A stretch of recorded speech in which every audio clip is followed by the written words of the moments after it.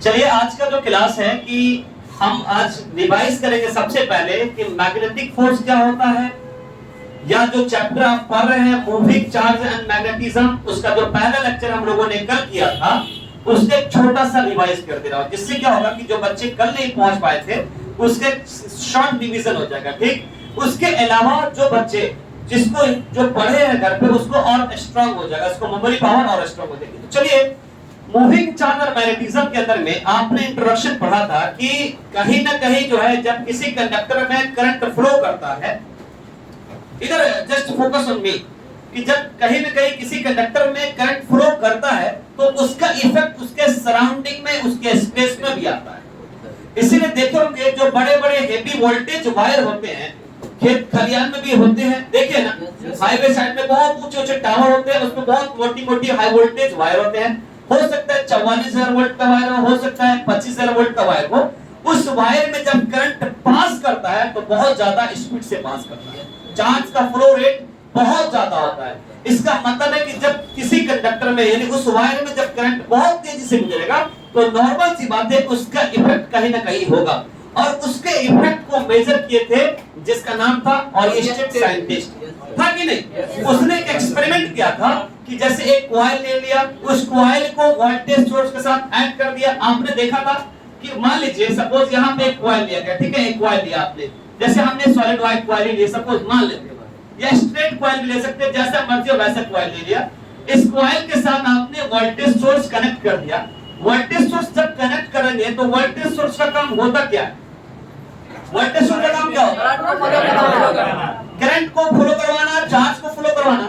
जब करंट इस वायर में जब जाता है, सोलेनोइड कॉइल में यानी कि सोलेनोइड वायर में जब जाता है तो साइंटिस्ट जो ऑयस्टेड एक्सपेरिमेंट कर रहे होते हैं और एक्सपेरिमेंट करने के दौरान कुछ चीजें लेते हैं, तो कॉइल ले लिया, वोल्टेज सोर्स ले लिया, मैग्नेटिक कंपास ले लिया कि मैग्नेटिक इफेक्ट अगर आएगा तो उसको मेजर करने के लिए कुछ ना कुछ ली जाएगा ना। जैसे आपको फीवर लग जाता है, आप थर्मोमीटर का इस्तेमाल करते हैं, करते कि नहीं करते हैं? तो आप थर्मोमीटर का इस्तेमाल करते हैं, क्यों? क्योंकि आप टेम्परेचर मेजर कर रहे हैं। अगर ये कोई साइंटिस्ट अगर कहता है या कोई लोग कहते हैं कि ए सटो नहीं तार में करंट मार देगा, ए हट के रहो तार से, ऐसा क्यों कहता है? क्योंकि हो सकता है कि जो करंट किसी वायर में किसी कंडक्टर में पास कर रहा है उसका इफेक्ट इतना तक पड़े, अगर उसके दायरे में अगर आ जाते हैं तो कहीं ना कहीं हमको शॉर्ट सर्किट भी कर देता है, हमको करंट भी लग जाता है। क्यों? क्योंकि स्पेस यानी खाली जगहों में इसका इफेक्ट है। तो इसको मेजर करने के लिए साइंटिस्ट आए ऑयस्टेड 1820। अब एक्सपेरिमेंट करने के दौरान उसने कुछ चीजों का इस्तेमाल किया, ठीक है किरण? पहला इस्तेमाल जैसे कि वोल्टेज सोर्स है, सोलेनोइड वाला और मैग्नेटिक कंपास है। कल पढ़े कि नहीं पढ़े? आपने मैग्नेटिक कंपास यहाँ पे आपने लगा दिया इसके कुछ ऊंचाई, और मैग्नेटिक कंपास के अंदर में नॉर्थ और साउथ आपको दिखता है, क्योंकि मैग्नेट में नॉर्थ होता है और साउथ होता है। अब हमारे पास इसने मैग्नेटिक कंपास इस तरीके से बना दिखा दिया कि मान लीजिए ये नॉर्थ है और ये साउथ हमारे पास है। यहाँ पर क्या है? Magnetic compass.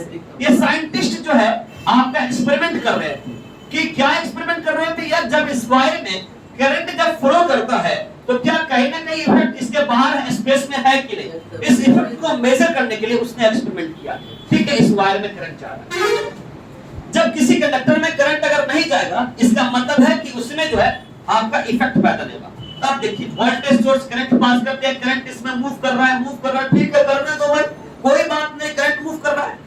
लेकिन ऑयस्टेड ने क्या किया, इस कंडक्टर के ऊपर एक उसने क्या किया, मैग्नेटिक कंपास लगा दिया। तो अब बात समझिएगा, मैग्नेटिक कंपास लगा दिया। अब ये सटा हुआ क्या मैग्नेटिक कंपास कंडक्टर से? नहीं सटा हुआ, तो मतलब इसके बीच में कहीं ना कहीं खाली जगह इसके बीच में। अब यहाँ पे जब कंपास लगाते हैं तो और करंट जब पास होता है तो जब तक करंट पास होगा तो यहाँ पे कंपास लगा होता है, तो ये कहीं ना कहीं अपना इफेक्ट इसके स्पेस में देगा। तो जैसे करंट पास हुआ और इसके बीच में इसका इफेक्ट आया, इसमें इफेक्ट जैसे ही इसको पड़ेगा तो मैग्नेटिक कंपास क्या करेगा? फील कर लेगा।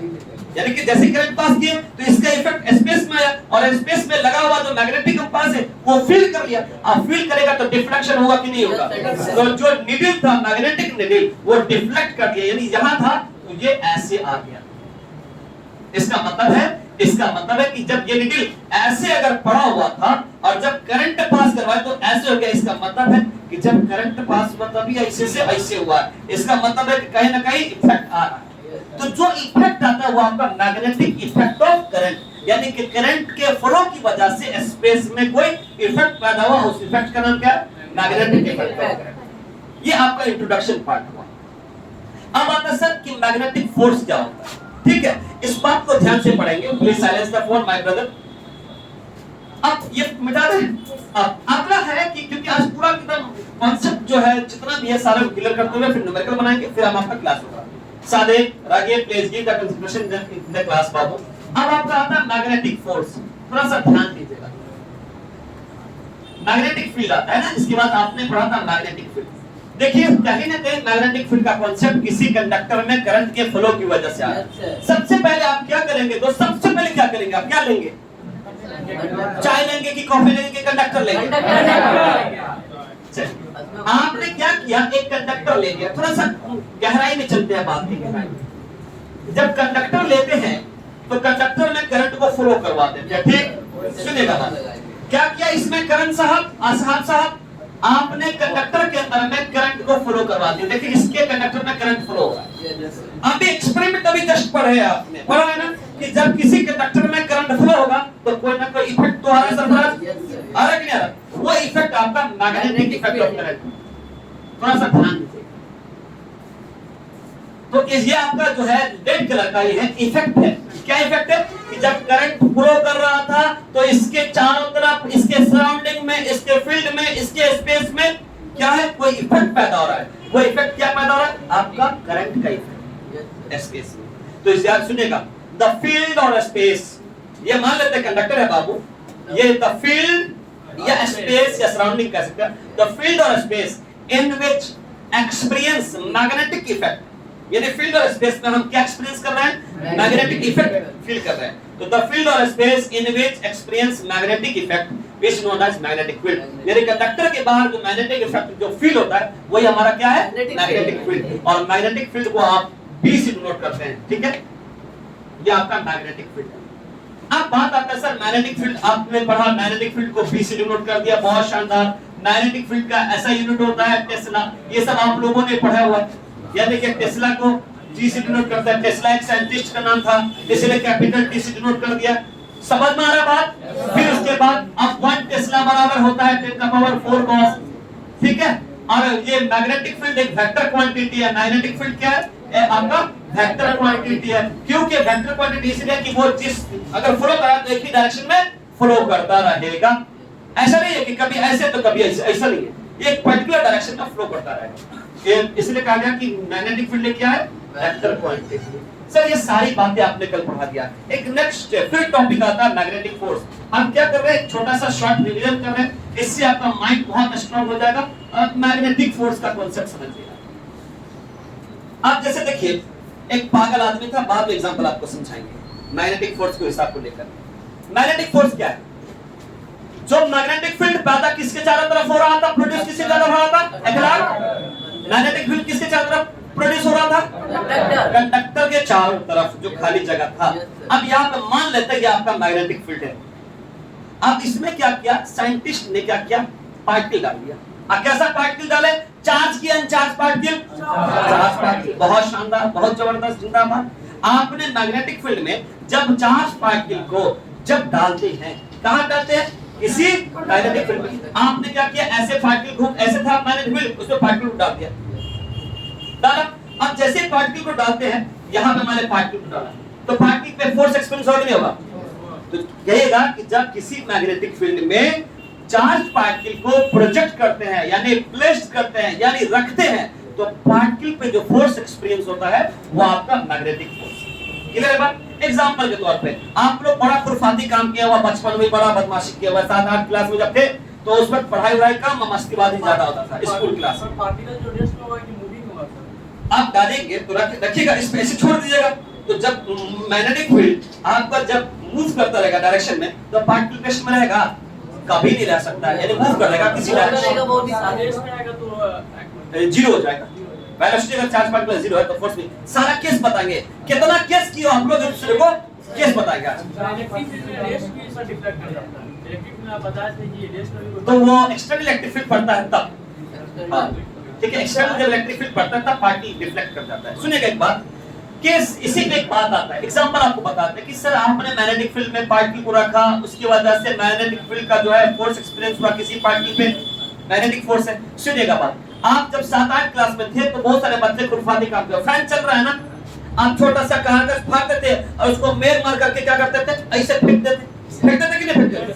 यानी आप जो कागज का जो टुकड़ा है और ये मान लेते हैं फैन जो घूम रहा है, रिवॉल्व कर रहा है किसी डायरेक्शन में, ठीक है, चाहे क्लॉकवाइज में हो चाहे एंटी क्लॉकवाइज में हो, तो फैन जब घूम रहा होता है उसमें पार्टिकल को क्या करता है, मान लेते हैं कागज का टुकड़ा पार्टिकल है, तो उसको छोड़ दिए तो आप कागज का टुकड़ा सीधे गिर जाएगा नहीं ना, जब लगता तो भाग जाता। क्यों भागा? क्योंकि पार्टिकल पे फोर्स लगा कि नहीं लगा?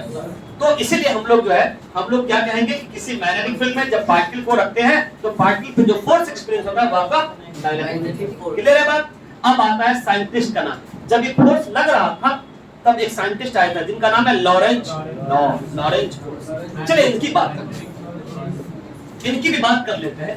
ये सब कल वाला क्लास में हो चुका था, तो हम एक रिपीट मार देते हैं कि किसी बच्चे का छूटा हुआ होगा तो वो रिपीट कर लेगा, क्योंकि आज आपका क्लास पूरा एकदम हाउसफुल है, टसाटस भरा हुआ है, तो हम इस बात को भी करते हैं। क्या मैं रिपीट करूं बात को? क्योंकि हमारे पास तो भी टाइम बहुत है कॉन्सेप्ट के साथ साथ, क्योंकि अभी जो पढ़ रहे लग रहा है कि हाँ कुछ समझ में आ रहा बात। क्या अब आपका आता है लॉरेंज लॉ। किसी बच्चे का सबसे पहला सवाल ये होगा, माय डियर बच्चा लोग, सर मैग्नेटिक फोर्स नहीं पढ़ाते सर? पढ़ाए थे? नहीं। अच्छा कोई बात, आप पढ़ लिए हो, लिखवा देंगे, कोई दिक्कत? लॉरेंज लॉ नहीं पढ़े थे? नहीं सर। ओहो शानदार। अच्छा मैग्नेटिक फोर्स मैंने पढ़ा दिया, ठीक, अब लिखवा देंगे, ठीक है। मैग्नेटिक फोर्स कहां से पैदा होता है? आपको अभी जस्ट रिपीट की भी किया है। कंडक्टर लिए करंट प्रोड्यूस करवाने लगे, करंट को फ्लो करवाने लगे। जब ये कंडक्टर में करंट फ्लो होगा तो इसके आउटमोस्ट में क्या होगा? Magnetic field. आप क्या करेंगे? मैग्नेटिक फोर्स का काम क्या होता है? किसी पार्टिकल पे फोर्स एक्सपीरियंस। अब मैग्नेटिक फील्ड जो रिवॉल्व कर रहा था किसी डायरेक्शन में, ठीक है, ठीक है, यहाँ पे कर। अब मैग्नेटिक फील्ड जो मूव कर रहा था उसमें आपने क्या किया? पार्टिकल को प्लेस कर दिया। हम किससे कॉन्सेप्ट देने जा रहे हैं अब्दुल्ला? मैग्नेटिक फोर्स का। अब जब किसी चार्ज पार्टिकल को उठाएं और रख दिया, जैसे ही रखे तो पार्टिकल पे फोर्स लगेगा कि नहीं लगेगा? तो जो पार्टिकल पे फोर्स एक्सपीरियंस हुआ वही आपका मैग्नेटिक फोर्स है। तो सिंपल अर्थ में आप कहेगा कि जब किसी चार्ज पार्टिकल को किसमें रखते हैं? मैग्नेटिक फील्ड में रखते हैं, तब पार्टिकल पे जो फोर्स एक्सपीरियंस होता है, जो फोर्स फील होता है, वही आपका मैग्नेटिक फोर्स है। क्लियर है बात? इसका डेफिनेशन हम आपको लिखवा देंगे। अब जब पार्टिकल पे फोर्स एक्सपीरियंस हुआ उसको कोई ना कोई मेजर तो करेगा। अब मेजर कौन करने आएगा? जिसका नाम है लॉरेंज फोर्स या लॉरेंज लॉ। अभी पगला साइंटिस्ट, बहुत इंटरेस्टिंग कॉन्सेप्ट है इसका, इससे कहानी है, थोड़ा सा ध्यान से सुनिएगा, ये नया टॉपिक है, बात समझिएगा। इस टॉपिक को आप कितने बेहतर तरीके से पढ़ना चाहते हैं वो आपको ही पता है, और आपको देंगे वैसा बेहतर तरीका। समीर प्लीज बाबू आप इधर ध्यान दें। लॉरेंज लॉ, सबसे पहला स्टूडेंट का सवाल ये हुआ कि sir why we study Lorentz law, there is a reason? मैंने कहा yes there is a reason. कि सर क्या रीजन है बताइए आप मुझे। आपको जो भी चैप्टर पढ़ाया गया, जितना भी लॉ है, सारे का रीजन बताया कि नहीं बताया गया? बताया गया। इसका भी रीजन पता होना चाहिए कि लॉरेंज लॉ क्यों आया, लॉरेंज साहब क्यों आया। अब जब देखिए सारा काम हो रहा है, मारपीट हो रहा है, उसको छोड़ाएंगे नहीं? बिल्कुल छोड़ाएंगे भाई। उसी तरीके से जब मैग्नेटिक फील्ड में पार्टिकल को जो फोर्स लग रहा था, उस फोर्स को मेजर करने के लिए लॉरेंज साहब आए, कितना लग रहा है। तो उसने अपने लैब में बैठा, एक कहानी अब बताते हैं हम, इसमें साइंटिस्ट का कहानी, तब मजा आएगा और समझने कि आप ही लोग में से कोई बच्चा कुछ भी बन सकते हैं। अब लॉरेंज साहब जो है अपने लैब में बैठते हैं और बैठने के बाद एक चार्ज पार्टिकल को इधर उधर थ्रो करते हैं। कहानी सुनेगा कि चार्ज पार्टिकल उठाएं और उसको इधर उधर थ्रो करने लगे लैब में। वो सोच रहे थे कि यार कितना फोर्स एक्सपीरियंस हो रहा है, ठीक है, यहाँ पे बैठ के इधर उधर थ्रो कर रहे हैं। पता चला कि थ्रो कर रहे तो हम इधर जाना चाहिए, अगर इधर थ्रो करते तो पार्टिकल इधर भागना चाहिए। तो मान लीजिए इधर थ्रो कर रहा तो इधर भागना चाहिए, इधर थ्रो कर रहा तो इधर भागना चाहिए। अब पार्टिकल थ्रो करने के क्या हुआ कि हमारे पास इसमें चला गया इसमें पार्टिकल में।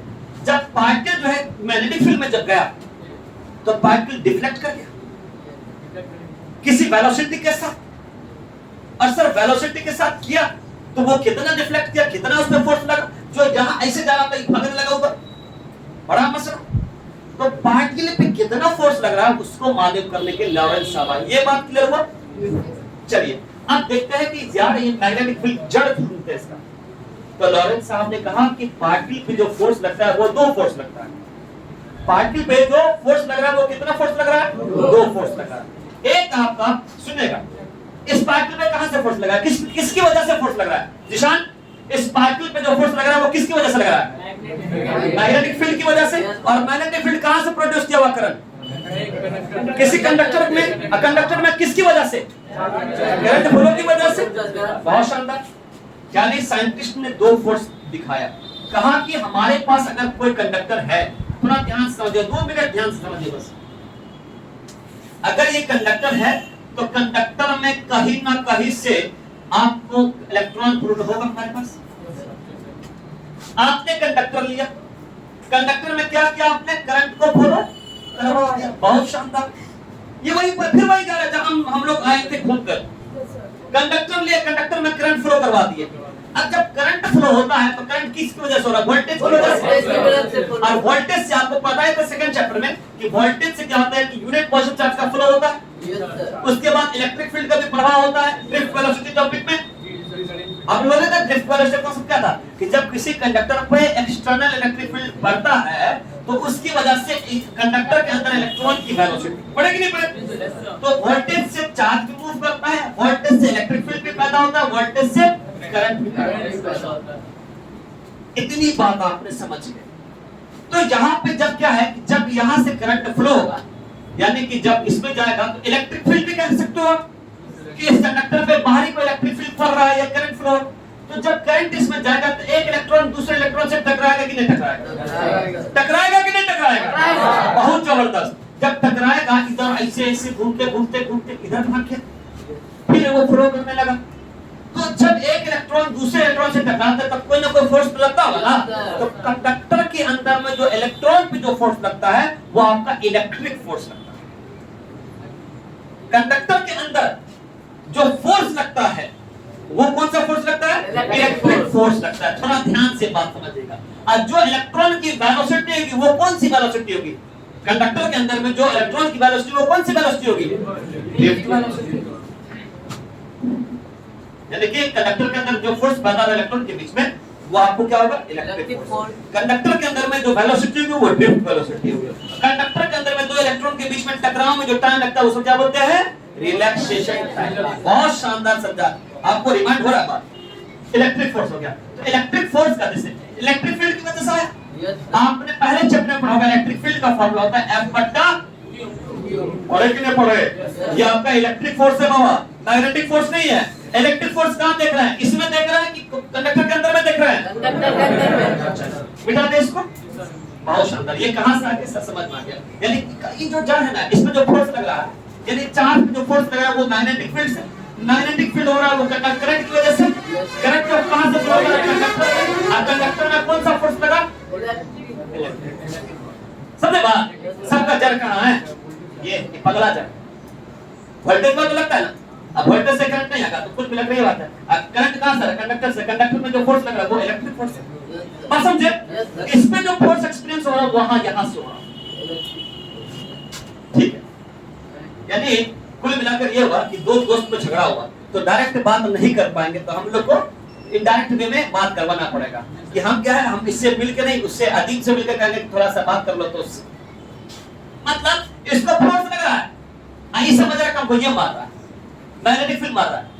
तो थोड़ा मैग्नेटिक फील्ड मार ही रहा है लेकिन आ कहां से रहा है? बस समझे? only just you give only 2 to 3 minute maximum. अभी तक जो कॉन्सेप्ट समझा है लॉरेंस फोर्स में समझ में आया कि हम क्यों पढ़ेंगे? हमको फोर्स मालूम करना है पार्टिकल पे कितना लग रहा है। क्यों मालूम करना है कि जब साइंटिस्ट बैठा हुआ था ना लैब में तो पार्टिकल को इधर-उधर खेल रहा था। जहां मैग्नेटिक फील्ड में गया पार्टिकल कहीं और चला गया। रे चोट लगे तुझको तो दर्द से होता है, मान लीजिए ये इसके लिए आया। मतलब पार्टिकल को अगर इधर फेंकेंगे तो पार्टिकल इधर न जाएगा। अगर इसके मैग्नेटिक फील्ड में आ गया तो पार्टिकल इधर जाएगा, नहीं इधर भागेगा, इधर भागेगा, जिस डायरेक्शन में लगेगा। यानी कि हमारे इधर चोट लगे तुझको दर्द। मतलब कुल मिलाकर ये है कि आपके पास जो है पार्टिकल पे जो फोर्स लग रहा है वो हमको मालूम करना है। और पार्टिकल पे फोर्स लगने का मतलब है दो फोर्स लगेगा। एक कंडक्टर के द्वारा जो फोर्स लगता है, कंडक्टर में जो फोर्स लगता है वो इलेक्ट्रिक फोर्स, और कंडक्टर के बाद जो फोर्स लगता है वो कौन सा फोर्स? Magnetic force. बहुत शानदार। हमने इलेक्ट्रिक फोर्स पढ़ लिया है F बटा Q। इसको इंडिकेट कर देते हैं कि F बराबर फिर क्या हो जाएगा? F बराबर क्या हो जाएगा Q E। आप यहाँ पे इंडिकेट कर दिया इलेक्ट्रिक फोर्स, कोई दिक्कत? एक क्वेश्चन फर्स्ट। अब मैग्नेटिक फोर्स, ठीक है, electric force, magnetic force on charge particle, on charge particles. Magnetic force आपने पढ़ा होगा, मैग्नेटिक फोर्स लगा वो हम मालूम करेंगे बाद में, ठीक है। अब क्या क्या रिलेशन है, तो इसको हमने एक समझाया कि हमारे पास दो फोर्स लगेगा, एक इलेक्ट्रिक फोर्स लगेगा, एक आपका मैग्नेटिक फोर्स लगेगा। इसका फार्मूला होता है Q V sin थीटा। अभी तो ये फार्मूला पढ़े ही नहीं है, तो समझ में आएगा आपको बात। चलते आप चलते हैं बात। कुल मिलाकर सर बात समझ में आ रहा है कि इसमें दो फोर्स एक्टर है, एक हिडन वाला, एक दिखावे वाला। हाथी के दो दांत, एक खाने वाला और एक बाहर दिखाने वाला, है कि नहीं? चलिए बात, लॉरेंस साहब ने बात आया कि जब लॉरेंस साहब ने मैग्नेटिक फील्ड को देखा कि हमने मैग्नेटिक फील्ड में पार्टिकल को रखा है, तो पार्टिकल जो है किसी वेलोसिटी के साथ क्या हुआ, हल्का सा आगे बढ़ा और इधर ये भागने लगा। ये पार्टिकल जब मैग्नेटिक फील्ड में रखा तो चार्ज पार्टिकल कुछ वेलोसिटी से आगे बढ़ा, लेकिन जिस डायरेक्शन में मैग्नेटिक फील्ड घूम रहा था उसी डायरेक्शन में उसका फोर्स लगना स्टार्ट हुआ।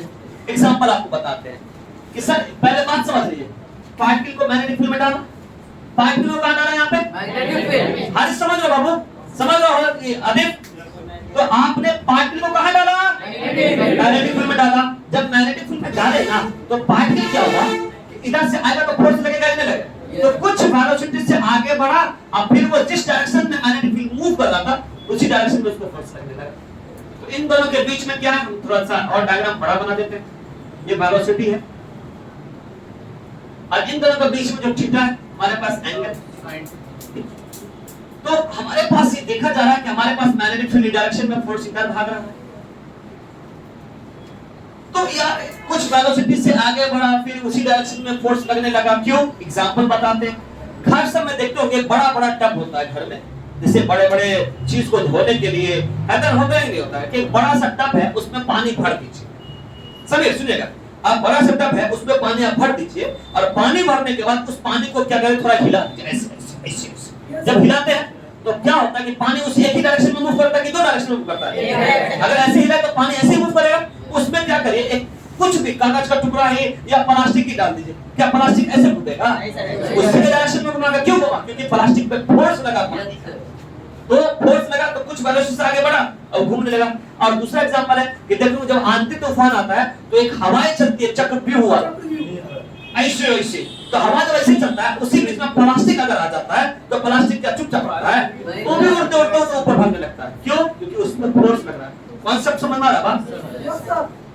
अब सर समझ में आ गया। तो ये फोर्स जो है इतना जो लग रहा है, सिंपल सी बात है कि समझिएगा, अगर हमारा मैग्नेटिक फील्ड ज्यादा अगर होगा, अगर मैग्नेटिक फील्ड अगर हमारा ज्यादा अगर होगा, इसका मतलब है कि चार्ज फोर्स कम लगेगा कि ज्यादा लगेगा?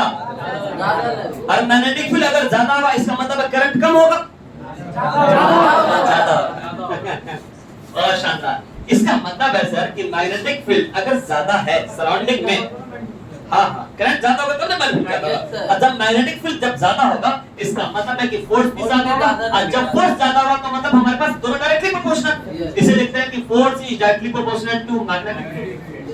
अब आपको पता चल गया कि मैग्नेटिक फील्ड ज्यादा है तो फोर्स बढ़ जाता है, अब फोर्स ज्यादा होगा तो पार्टिकल पे फोर्स ज्यादा लगेगा कम लगेगा? इसका मतलब कि फोर्स भी directly proportional to charge particle पे, क्योंकि फोर्स जो है चार्ज पार्टिकल पे ज्यादा लग रहा है। बात समझ लो, रिलेशन देखो कहां से पैदा हुआ है। पार्टिकल ई ज्यादा तो फोर्स ज्यादा, डायरेक्टली प्रोपोर्शनल। अब फोर्स ज्यादा तो पार्टिकल पे फोर्स ज्यादा लगेगा, लगेगा ही नहीं लगेगा?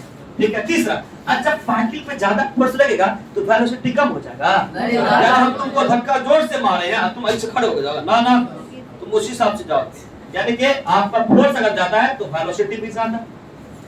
अब आता है यहाँ पे sine of angle between them, यानी कि साइन थीटा। सर ये साइन थीटा कहां से आ गया? ये बातें नहीं समझ में आ रहा। हमने कहा अच्छा बड़ा करो मन बन रहे हो तुम।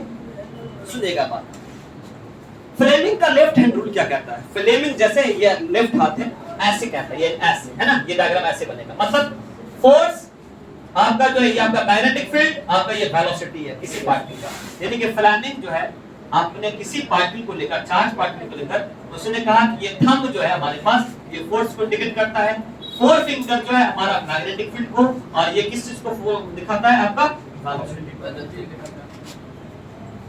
आप कुछ समझ रहे हैं? तो मतलब क्या है कि आपका जो है फोर्स और मैग्नेटिक फील्ड हमेशा क्या होता है आपस में परपेंडिकुलर दिख रहा है क्या? परपेंडिकुलर दिख रहा है क्या? तो परपेंडिकुलर में साइन आता है कि कॉस आता है? साइन आता है। अब बेस में कौन आएगा? कॉस आता है, क्योंकि cos थीटा बराबर होता है b by h, b by h, b का मतलब बेस में cos और sin थीटा बराबर होता है b by h। ये तो चीज हम लोग पढ़ा चुके हैं ऑलरेडी, तो इसलिए हमारे पास sin थीटा क्यों आया? क्योंकि फोर्स जो है मैग्नेटिक फील्ड के साथ परपेंडिकुलर होता है। क्लियर है बात? ये लेफ्ट हैंड रूल कहता है। आप देखिए सब चीज कॉमन है, कॉमन है कि नहीं? f कॉमन है, सब बट्टे के ऊपर है कि नहीं है? तो q v b sin theta. अब इसको लिखते कैसे सर? अगर हमको याद नहीं है तो कैसे लिखेंगे? एक फॉर्मूला याद है आपको, इसको कहते हैं मैग्नेटिक फोर्स, क्योंकि इसमें जो फोर्स लगा है मैग्नेटिक फोर्स लगा। तो अकॉर्डिंग टू दिस लॉ इज्जत देना पड़ेगा, साइंटिस्ट है भाई, इज्जत तो देना पड़ेगा। According to this law the magnetic force is directly proportional. Directly का मतलब क्या? अगर ये बट्टे के ऊपर है, प्रोपोर्शन से ऊपर ये भी और प्रोपोर्शन से ऊपर ये भी, तो डायरेक्टली ये ऊपर है ये नीचे, तो इनवर्सली, तो ये डायरेक्टली और इनवर्सली होगा सर फर्क। तो according to this law, the magnetic force is directly proportional to the charge, velocity, magnetic field and sine of angle between them. आसान है कि नहीं? इसको क्या बोलते हैं? पहले इज्जत दे दीजिए, इज्जत। The magnetic force is directly proportional to the charge, velocity, magnetic field and sine of angle. Clear है बात? अरे सो रहे हो जी? इसको हटा थोड़ा ध्यान से और बच्चों लोग, इसको जब हटाते हैं तो आपको क्या बोलते हैं? जब इसको हटाए तो घटा सामान के घटा, जब ये हटा तो घटा सामान ये आएगा q v b sin theta.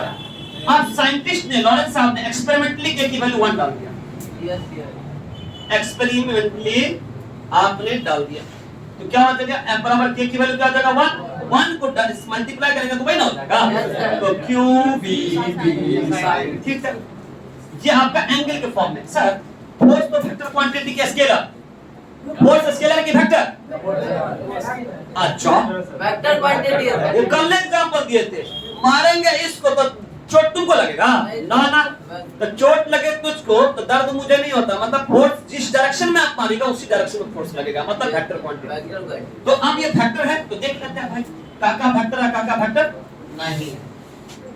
अब फोर्स को इन वेक्टर फॉर्म में देखते हैं। ठीक, आप लोग वक्त दे रहे हैं, बहुत अच्छा लग रहा है आपको आज कि इन वेक्टर फॉर्म के फोर्स क्या है? एक वेक्टर क्वांटिटी है। चार्ज स्केलर है कि वेक्टर स्केलर है, चार्ज ये बहुत शानदार है। वेलोसिटी स्केलर की वेक्टर वेक्टर है, क्योंकि इसके अंदर में डिस्प्लेसमेंट होता है वेलोसिटी में, और डिस्प्लेसमेंट में इनिशियल और फाइनल पोजीशन दोनों मालूम होता है। करंट पढ़ा कि नहीं पढ़ा दिया मतलब कि why we can say displacement is a vector quantity? It means why we can say displacement is a vector quantity? Because we know that कि displacement have the we have know that कि initial and final position of the displacement, कि initial और final दोनों होता है, इसलिए हम कह सकते हैं वेक्टर है। कहाँ से स्टार्ट किया कहाँ जाने ये दोनों मालूम होता है, इसलिए वेक्टर क्वांटिटी कहेंगे। तो ये हो गया। अब मैग्नेटिक फील्ड अभी जस्ट पढ़े वेक्टर क्वांटिटी, तब इसका काम हो गया है, v का काम हो गया है b वेक्टर के स्केलर वेक्टर क्वांटिटी। साइन हटेगा तो क्रॉस, आपने पढ़ा होगा वेक्टर चैप्टर में cross product of two vectors. Sine है तो क्रॉस, अकॉस है तो डॉट है। क्लियर है बात? बहुत शानदार सर, इतना जबरदस्त। अब आता है कि हम लोग देखेंगे इलेक्ट्रिक फोर्स। अब हम लोग देखते हैं इलेक्ट्रिक फोर्स के बारे में, बाद में इलेक्ट्रिक फोर्स देखते हैं। इसका पहले यूनिट डायमेंशन निकाल दीजिए। सर यूनिट पता है आपको, इसका डायमेंशन पता है, इसका भी डायमेंशन पता है, इसका भी डायमेंशन पता है, इसका पता है। चलिए ठीक है। We know that F बराबर होता है QVB sin थीटा। अब आपको देखिए फोर्स का डायमेंशन मालूम है, चार्ज का डायमेंशन मालूम है, वेलोसिटी का डायमेंशन मालूम है, sin थीटा का मालूम है, लेकिन डायमेंशन लेस हमको B का नहीं मालूम है। तो B का डायमेंशन निकालेंगे। अगर सपोज F बट्टा क्या हो जाएगा? QV sin थीटा होगा कि नहीं होगा? F हो जाएगा ये और ये बट्टे में लगेगा इसके, मतलब इसका अगर डायमेंशन निकालेंगे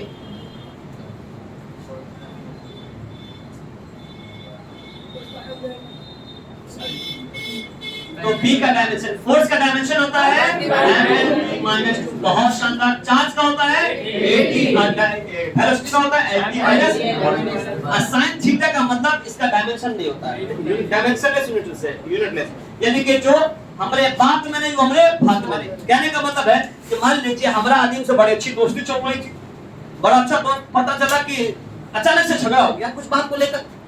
और जब झगड़ा हुआ तो क्या हुआ कि बातचीत करें, उसी बीच में इसके घर में कोई प्रोग्राम हो गया तो हमको दावत देगा, तो मेरे से झगड़ा करना हम तो दावत देंगे। और जो सब दोस्त ने था उसको दावत दी थी, हमको दावत देना, तकलीफ होगा नहीं होगा। तो जो हमारे हाथ में बात में नहीं वो हमारे बात में, इसका डायमेंशन ना हो, तो मतलब इसीलिए डायमेंशन लिखे।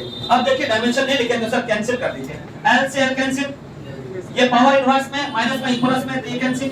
आपको b का डायमेंशन पता चल गया सर कि m l0 t-2 और a -1 आया। क्लियर? Yes sir. आपका ये डायमेंशन हो गया। ये आपका कौन सा फोर्स है, मैग्नेटिक फोर्स की इलेक्ट्रिक फोर्स? क्लियर? तो पहले जितना पढ़े हो ना तो पढ़े तो उस पर थोड़ा सा और छाप भी देते हैं क्या? क्या हो गया? पहले मैग्नेटिक फोर्स का डेफिनेशन लिखिए आप लोग, मैग्नेटिक फोर्स का डेफिनेशन लिखिए जल्दी से प्लीज। मैग्नेटिक फोर्स का डेफिनेशन लिखा है। नहीं सर। मैग्नेटिक फील्ड का जो है, आप मैग्नेटिक फील्ड का सिर्फ डेफिनेशन लिखी थी तो लिखिएगा मैग्नेटिक फील्ड के बारे में, इट इज डिनोटेड बाय, कल जो मैग्नेटिक फील्ड डेफिनेशन लिखवाया था उसके बाद उसका कुछ बात बाकी रह गया, उसके बारे में लिखिए, इट इज डिनोटेड बाय, ठीक है, बी, कैपिटल बी, ठीक है। ऐसा यूनिट लिख दीजिएगा मैग्नेटिक फील्ड का, टेस्ला, यानी कैपिटल टी से डिनोट करते हैं आप, ठीक। उसके बाद लिखिएगा it is a vector quantity, it is a vector quantity. उसके बाद आप लिख दीजिएगा कि 1 टेस्ला बराबर 10⁴ गॉस होता है इसका वैल्यू। ये चारों बात आप आराम से लिख लीजिए कि इसको डिनोट करते हैं बी से, और जिसका यूनिट होता है टेस्ला, और एक वेक्टर क्वांटिटी है, और इसका जो है 1 टेस्ला बराबर 10⁴ गॉस। बी क्या है? मैग्नेटिक फील्ड, डिनोट कर रहा है मैग्नेटिक फील्ड को। चलिए गॉस लिखा हुआ सर। हाँ Gauss, GAUSS।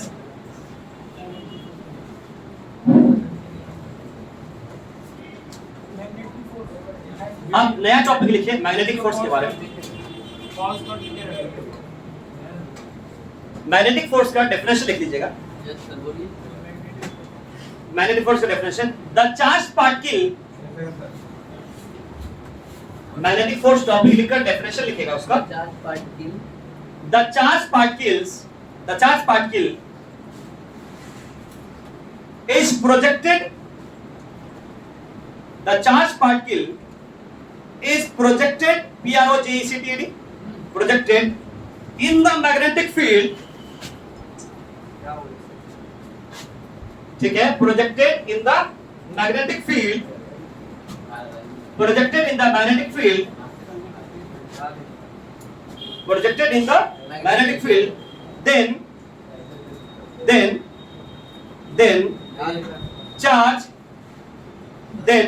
charge experiences a force, then charge experiences force, experiences force experience क्या? Experiences force is known as, experiences force is known as magnetic force, ठीक है। जिन बच्चे का छूट गया बाद में हम लिखवा देंगे। The charge particle is projected in the magnetic field, then experiences a force is known as magnetic force, charge experience. then charge experiences force is known as magnetic force। लिख लिए? चलिए उसके बाद आप टॉपिक लिखिए लॉरेंज लॉ। मैग्नेटिक फोर्स को भी BA से नोट किया जाता है। मैग्नेटिक फोर्स को डिनोट करते हैं, इट इज डिनोटेड बाय,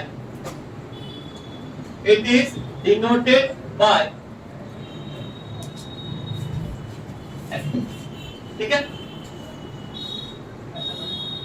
रफ्तार तेज करें क्योंकि आप 12th क्लास में हैं, एफ बी Got it? लिख ले सब लोग। ऐसा यूनिट क्या होता है? न्यूटन होगा। फोर्स है तो न्यूटन होगा। लिख लिया आप लोग। अब नया टॉपिक लिखिए लॉरेंज लॉ। लॉरेंज लॉ लिखिए। According to this law, according to this law, the magnetic force, according to this law, the magnetic force is directly proportional to the magnetic force is directly proportional to the charge comma velocity, directly proportional to the charge comma velocity comma magnetic field, charge comma velocity comma magnetic field, charge comma velocity comma magnetic field, and sine of angle, sine SINE, sine of angle, magnetic field and sine of angle between them, sine of angle between them। उसके बाद आप थोड़ा इसको लिख लीजिए, ठीक। तो आपने दोनों फोर्स समझा कि लॉरेंस साहब ने दोनों फोर्स को दिखाया, इलेक्ट्रिक और मैग्नेटिक। तो आपका जो इलेक्ट्रिक फोर्स है, इलेक्ट्रिक जो फोर्स है आपका, यानी कि F बराबर क्या है आपका?